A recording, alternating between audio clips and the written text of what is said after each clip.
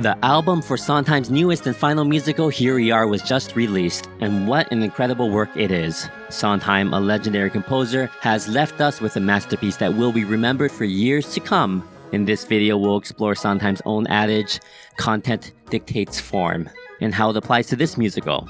This will be the first of several videos diving into this complex and fascinating work. It is challenging to figure out how to begin talking about this work. Firstly, because we are talking about Stephen Sondheim, the legendary composer, and we are talking about his final musical, something he's been working on for over the last 10 years of his life. I'm writing with a playwright named David Ives, and he makes me want to write, So.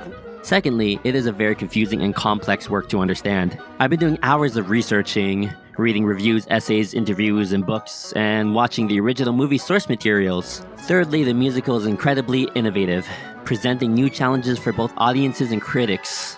One notable criticism is the absence of songs in Act 2. Reviews from various journals and publications agree that while the work is brilliant and showcases Sondheim's enduring wit and charm, the lack of songs in Act 2 can be jarring, potentially diminishing the emotional and narrative momentum established in Act 1. This had led to mixed feelings about the overall impact of the musical. How did Act 2 end up with little to no songs? It's all about Sondheim's principle. Content dictates form. Can you say what the movies are?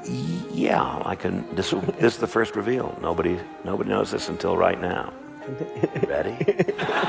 Here We Are is based on two surrealist films by Spanish-Mexican director Luis Buñuel. There's a director named Luis Buñuel. Mm-hmm.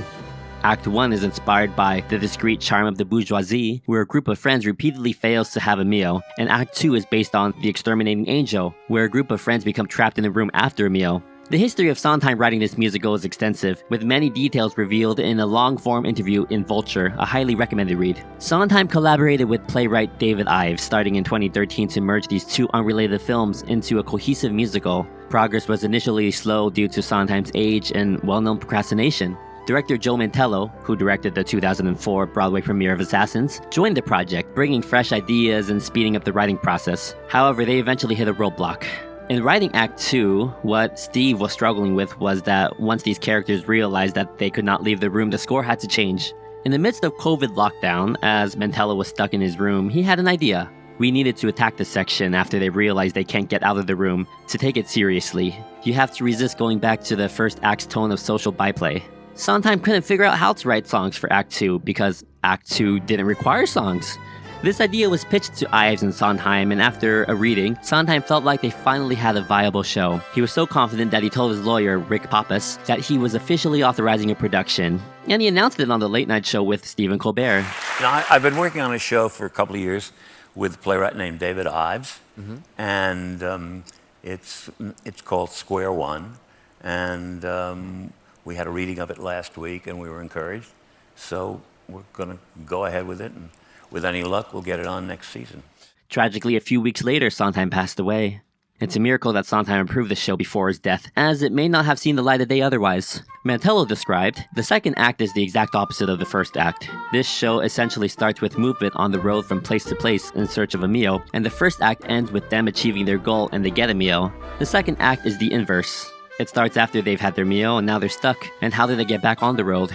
Sondheim had also frequently noted that there was a conscious absence of music in the score of the original movie, The Exterminating Angel, that Buñuel felt as if the music didn't or couldn't heighten the emotional impact. Ironically, on another note, in 2017 the Met Opera premiered The Exterminating Angel opera, composed by one of the most prominent classical music composers alive, Thomas Addis, which being an opera, is all music.